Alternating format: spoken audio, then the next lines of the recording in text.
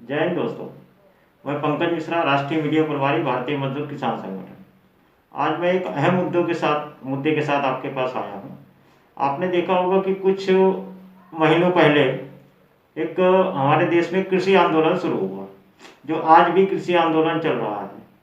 ठीक है, तो कृषि आंदोलन जब शुरू हुआ तो व्यक्तिगत मैं बता दूं, हमारे संगठन भारतीय मजदूर किसान संगठन आ भारत ने देश में जो किसान आंदोलन हुआ उसका समर्थन नहीं किया। सशर्त समर्थन हमने किसान आंदोलन का भी समर्थन किया और सरकार का भी समर्थन किया।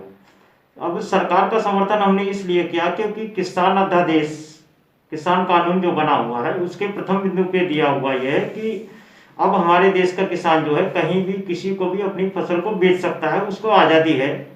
ये किसान अध्यादेश के प्रथम बिंदु पे है। अब दूसरी बात ये हो जाती है कि किसान आंदोलन जो शुरू हुआ, तो किसान आंदोलन शुरू हुआ तो अब ये तो देखिए क्या है, जब किसान आंदोलन शुरू हुआ तो किसान आंदोलन जब शुरू हुआ तो एक ही मांग उनकी थी कि एमएसपी पे कानून चाहिए। तो एमएसपी पे कानून का आंदोलनकर्ता किसान जो थे वो एमएसपी पे कानून मांग रहे थे और कानून तो होना भी चाहिए। हमारा संगठन जो है, हमारा संगठन ये चाहता है कि एमआरपी पे जो है, एमएसपी जो है, सॉरी, एमएसपी पे जो कानून है, एमएसपी पे केंद्र सरकार द्वारा ऐसा कानून बनाया जाए कि देश में अगर कोई भी व्यक्ति, कोई भी बनिया व्यापारी, कोई भी व्यक्ति है, निजी कंपनी कोई भी है, तो कोई भी व्यक्ति अगर हमारे देश के किसान अन्नदाता को एमएसपी से कम रेट देता है तो उसके ऊपर सीधे सीधे देशद्रोह का मुकदमा दर्ज होना चाहिए। मतलब सीधे हमारे संगठन की जो मांग है, हमारे संगठन भारतीय मजदूर किसान संगठन आ भारत, हमारे संगठन की ये मांग है एमएसपी उल्लंघन को देशद्रोह घोषित करे सरकार।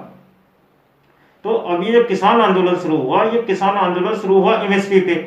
एमएसपी पे आंदोलन शुरू होते होते होते अब जब ये आंदोलन दिल्ली के बॉर्डर तक पहुंच गया तो कुछ दिनों बाद इसमें इस किसान आंदोलन को लोग कहने लगे काला कानून। काला कानून की संज्ञा दी गई कृषि कानून को। अब काला कानून की संज्ञा दी गई तो देखिए, काला कानून, इस किसान बिल को हमारा संगठन काला कानून की संज्ञा नहीं दे सकता क्योंकि इसमें कुछ ऐसी चीजें हैं जिसमें किसानों का हित है, और जब किसानों का कहीं भी तनिक मात्र भी हित होगा तो उस बिंदु का हमारा संगठन जो है सतत समर्थन करेगा।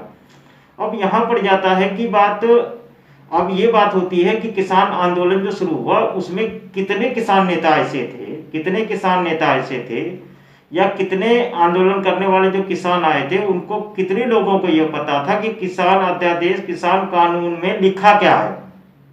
कितने किसानों को पता था? जितने लोग वहां बॉर्डर पे आंदोलन करने आए थे उसमें कितने लोगों को इस बात की जानकारी थी कि कृषि कानून में क्या लिखा हुआ है? मुझे तो ये लगता है कि उसमें से बहुत कम लोगों को जानकारी होगी, और किसान नेताओं का भी ये फर्ज बनता है कि वो चीज को बताएं कि इस कानून जो है, कानून में काला क्या है। भाई अगर किसान नेता, कोई भी किसान नेता से मेरा कोई व्यक्तिगत विरोध नहीं है, मेरा विरोध है, मैं एक किसान नेता हूं, युवा किसान नेता हूं। मेरा सबसे बड़ा कर्तव्य होता है कि जो चीजें किसान हित में है उसका हम समर्थन करें, और जो किसान हित के चीजें नहीं है उसका हम विरोध करें।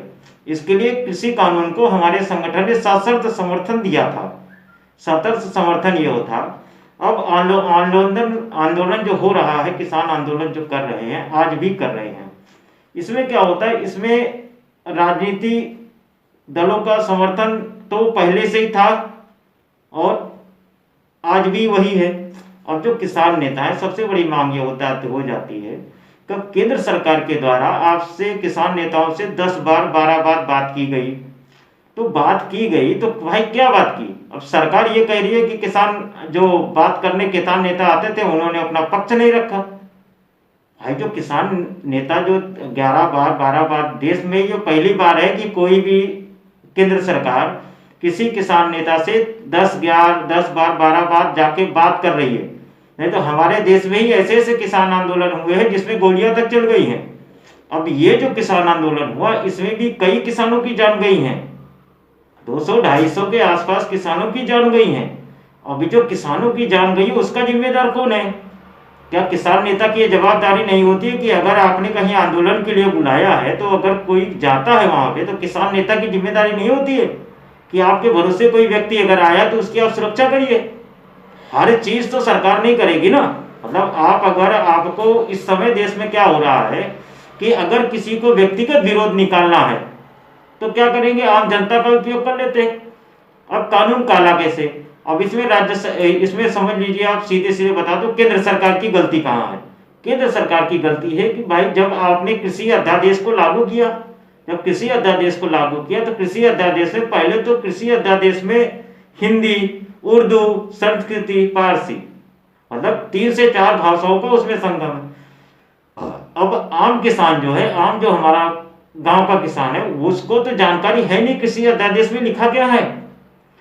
भाई जब सरकार जो है गांव गांव जाके, घर घर, गांव के हर घर में जाके वोट मांग सकती है, तो उसका ये भी तो जवाबदारी होती है कि भाई कृषि अध्यादेश में अगर किसानों को नहीं समझ में आ रहा है तो उसको सरल भाषा में अनुवाद करके, राज्य इस समय देश में माननीय मोदी जी की सरकार है, और माननीय मोदी जी जो देश में इस समय कर रहे हैं वो अपने स्तर पे अच्छा कर रहे हैं।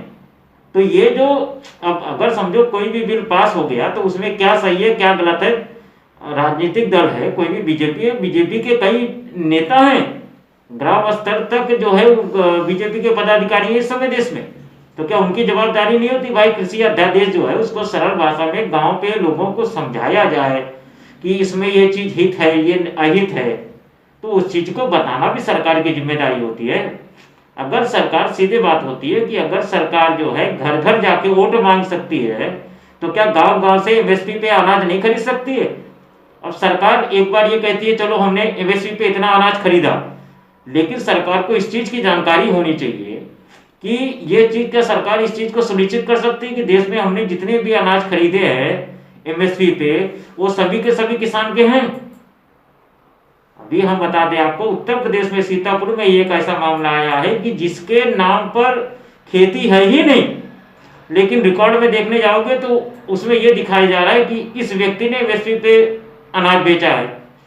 तो इसमें होता क्या है कि जब सरकारी मंडियों में सीजन आ जाते हैं तो उस समय सरकारी मंडी और प्राइवेट मंडी, सरकारी मंडी में क्या होता है, सरकारी मंडी में किसानों को सुविधा नहीं मिलती है।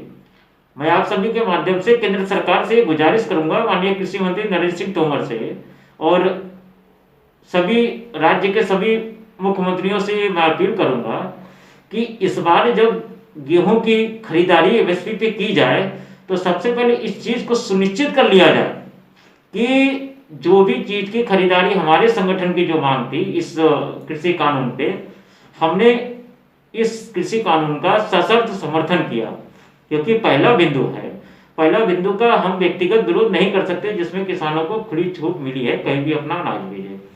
अब एमएसपी पे बात कर लीजिए।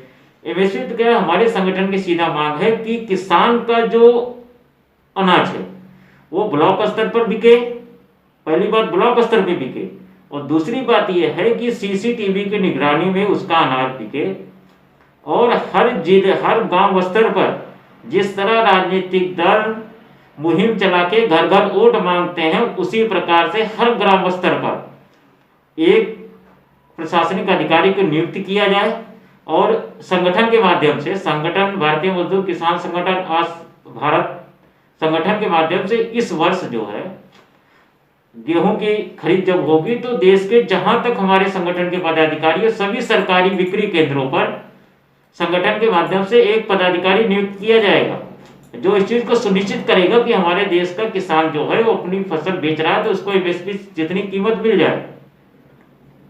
अब ये होता है कि जब जाते हैं लोग, किसान जो एमएसपी पे अनाज बेचने जाते हैं तो सरकारी मंडी में एक दिन बहाना बताया जाता है आज बोरी नहीं है, आज तौलने वाला नहीं है। अरे भाई तौलने वाला नहीं, बोरी नहीं, तो उसमें किसान क्या करे? सरकार किस लिए, प्रशासनिक अधिकारी हैं किस लिए?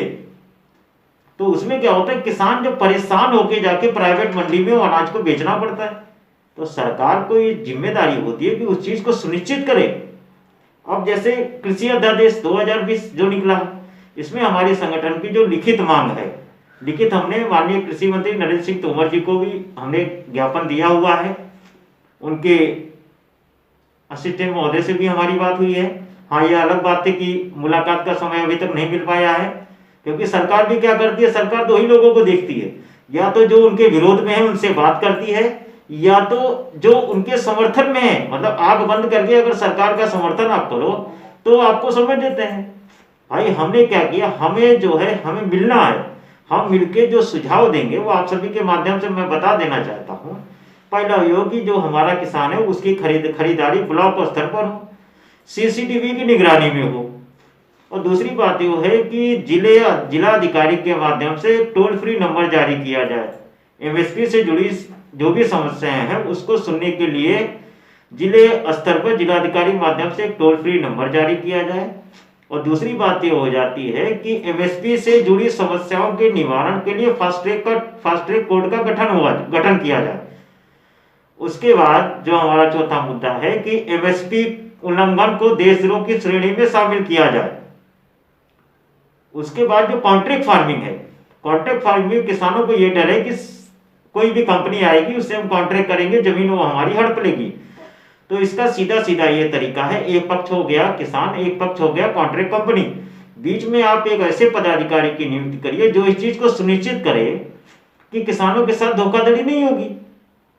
और जिला जो भी प्रशासनिक अधिकारी नियुक्त होगा उसको ये अधिकार दिया जाए कि अगर कोई भी कंपनी है अगर किसान के साथ गलत करती है तो उस कंपनी को तत्काल ब्लैक लिस्ट में डाला जाए, उसका लाइसेंस कैंसिल किया जाए और उस कंपनी के ऊपर भी देशद्रोह के तहत मामला चलाया जाए। क्योंकि हमारे संगठन की नज़र में एक ही चीज है कि अगर हमारे देश के किसानों के साथ कोई भी व्यक्ति अगर धोखा करता है तो हमारे संगठन की हमारे नज़र में देशद्रोही से कम नहीं है। और इस समय जो आंदोलन चला या खत्म हुआ, जो कृषि आंदोलन चला, कृषि आंदोलन में क्या हुआ, कृषि आंदोलन खत्म होते होते इस कृषि आंदोलन में देश के तिरंगे का भी अपमान हो गया, देश के तिरंगे का अपमान हो गया, लाल किले का अपमान पूरे विश्व में हो गया।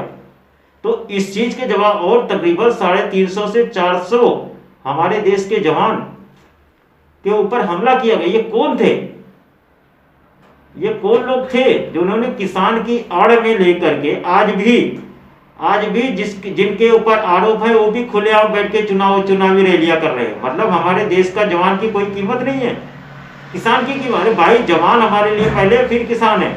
अगर हम सुरक्षित रहेंगे, जिंदा रहेंगे तभी तो अनाज खाएंगे। तो ये सब पूरा प्रकरण है। इस सब पूरे प्रकरण के बारे में जल्द ही मई के दूसरे हफ्ते में 15 मई से संगठन के माध्यम से संपूर्ण देश में एक अभियान चलाया जाएगा, जिसमें जो है देश के समस्त प्रदेशों से, अलग अलग क्षेत्रों से किसानों की कृषि आंदोलन 2020, कृषि कानून 2020 के ऊपर अलग अलग प्रदेशों से किसानों की राय ली जाएगी। राय लेने के बाद 15 मई को भारतीय मजदूर किसान संगठन का एक प्रतिनिधिमंडल दिल्ली कृषि मंत्री नरेंद्र सिंह तोमर से मिलने के लिए रवाना होगा।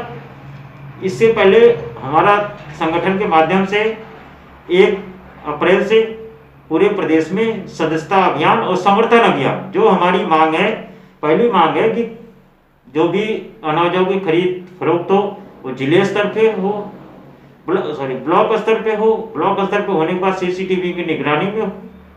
उसके बाद एमएसपी से जुड़ी जो भी समस्याएं हैं उसके निवारण के लिए फास्ट ट्रैक कोर्ट का गठन किया। और सबसे पहले देश में इस समय जो सबसे पहले जरूरत है, देश में किसान आयोग की जरूरत है। आज जो सरकारें एमएसपी तय कर रही है, मैं ये चाह रहा हूँ कि हमारे संगठन ने कई बार ज्ञापन दिए जा चुके हैं, कई बार दिल्ली जंतर मंतर पर हमारे आंदोलन भी इस मामले में हो गए हैं, लेकिन आज तक ये सरकारों ने देश में किसान आयोग की जरूरत है। एमएसपी पे जो है, एमएसपी पे फैसला सरकार क्यों करे, किसान आयोग का गठन करिए, किसान आयोग गठन करिए, तो किसान आयोग को अपने हिसाब से एमएसपी निर्धारित करेगा। तो आप सभी के माध्यम से बात बता देना चाहता हूं कि 15 मई से देश भर में भारतीय मजदूर किसान संगठन कृषि अध्यादेश 2020 पे अपने अपने सुझाव को लोगों 15 मई के बाद हमारा संगठन केंद्रीय मंत्री नरेंद्र सिंह तोमर से मुलाकात करेगा। आप सभी भी इस कृषि अध्यादेश 2020 से अगर आपको लग रहा है कि मैं कुछ गलत हूं तो आप सभी जो है, आप सभी भी राय दीजिए, क्योंकि हमारे लिए आप सभी कीमती हैं। और मैं आप सभी के माध्यम से एक ही चीज बता देना चाहता हूं कि देश में अब जब कृषि आंदोलन हुआ तो हमारे देश को देखिए, हमारे देश में किसानों की दुर्दशा है। महाराष्ट्र में अगर देखने जाए, देश में सबसे ज्यादा महाराष्ट्र में किसान परेशान है। तो इसका सबसे बड़ा कारण मीडिया वर्ग भी है, मीडिया वर्ग भी इसका सबसे बड़ा कारण है। क्योंकि मीडिया वर्ग क्या करता है, कहीं किसान आंदोलन दे रहे, 1000-2000 जमा है, दिन भर मीडिया जाके वही बैठा रहेगा। भाई बाकी क्या जरूरी है, जो बॉर्डर पे बैठा है मीडिया उनका ही काम करेगी? अरे बाकी आप गांव स्तर में जाइए, गांव में जाइए, खेती में जाइए, गांव से किसानों से पूछिए। लेकिन नहीं, मीडिया को तो टीआरपी चाहिए, मीडिया को टीआरपी बॉर्डर से मिलेगी ना, गांव से थोड़ी टीआरपी मिलेगी। तो और बाकी हमारे देश को युवा है, युवाओं को भी इस समय जो है किसान नेता के तौर पे देखिए, हमारे देश में युवा है, युवाओं को ये चाहिए कि भाई किसानों की जो समस्या, हमारे देश का युवा पढ़ा लिखा है। दिन में हमारे देश का 40% युवा ऐसा है तो दिन में जो है 3 से 4 घंटा खाली मोबाइल चलाता है। तो अगर वो मोबाइल चलाता भी है तो वो बता सकते, उसको जानकारी है कि भाई क्या किसानों के हित में है क्या नहीं। अब जरूरी नहीं है कि किसानों को खाली नेताओं के, राजनीतिक दलों के भरोसे छोड़ दोगे। तो मैं देश के युवाओं से भी अपील करना चाहूंगा, जो भी चीजें हैं किसानों से, जो भी चीजें जुड़ी है, जितनी जानकारी आपको है वो आप उपलब्ध कराइए। और मैं खुद राष्ट्रीय मीडिया प्रभारी भारतीय मजदूर किसान संगठन, मैं खुद 15 मई के बाद इस मुद्दे पर काम करूंगा। हमारा जो एक ही नारा होगा, हमारी ग्राम सभा हमारी जिम्मेदारी, मतलब जो भी योजनाएं राज्य सरकार की हो या कोई सी की हो, उसको जन जन तक पहुंचाना हमारा और हमारे संगठन का प्रमुख कर्तव्य है।